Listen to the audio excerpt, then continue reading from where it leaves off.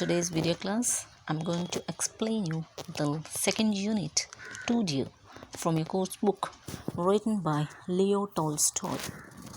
Leo Tolstoy is a famous Russian writer. He is known as the master of realistic fiction. He is considered as one of the greatest novelists. This story speaks of the modern system of governance.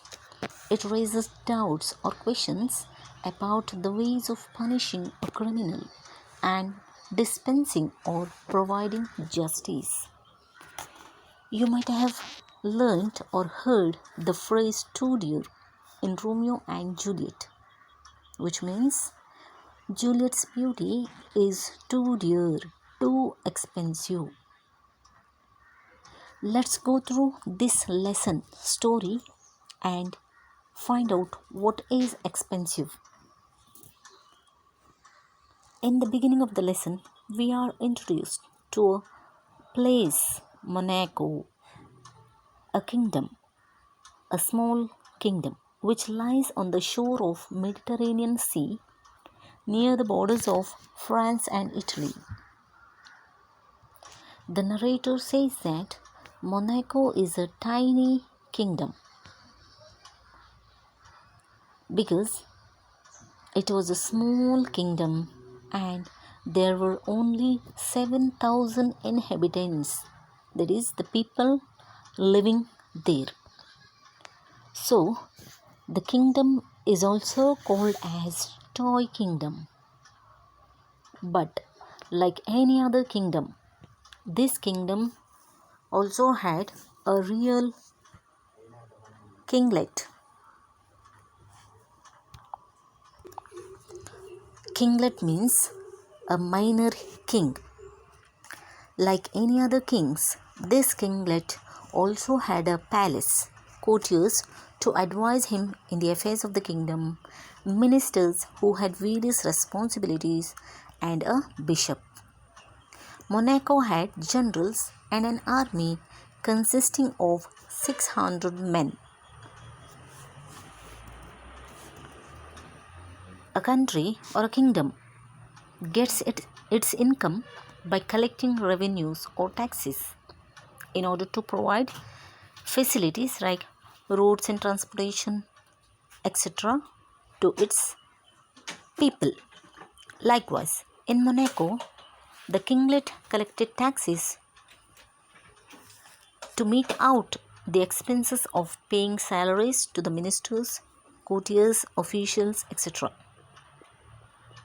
The three main taxes imposed by the King of Monaco are taxes on tobacco, wine and spirit, and a poll tax, that is, on smoking, on consuming drinks or alcohol, and an individual tax which every subject had to pay.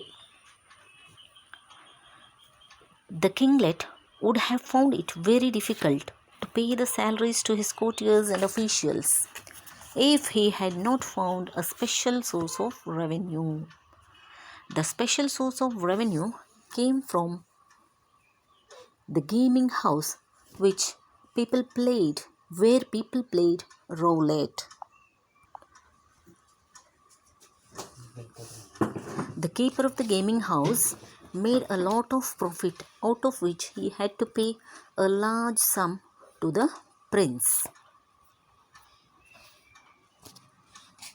The author says that the German sovereigns used to keep such gaming houses earlier, but they were forbidden because those who lost in the gambling would drown or shoot themselves in despair.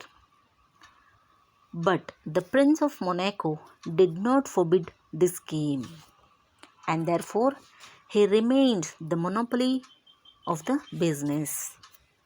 The prince gives many reasons as to why he didn't forbid this game.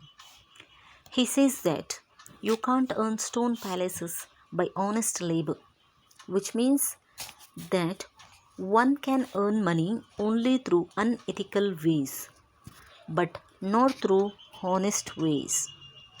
Though the kinglet knew that gambling was a dirty business. He resorted to it because he had to meet all the expenses of the kingdom and live like a king. The king reigns and tricks like a king. That means he rules and earns money like any other king. In the next paragraph, the narrator says that the king had his coronation, which means crowning ceremonies, his levees, that means official reception of a guest coming from other countries. He has his reviews, councils, laws, and court of justice, same like any other king, but on a small scale.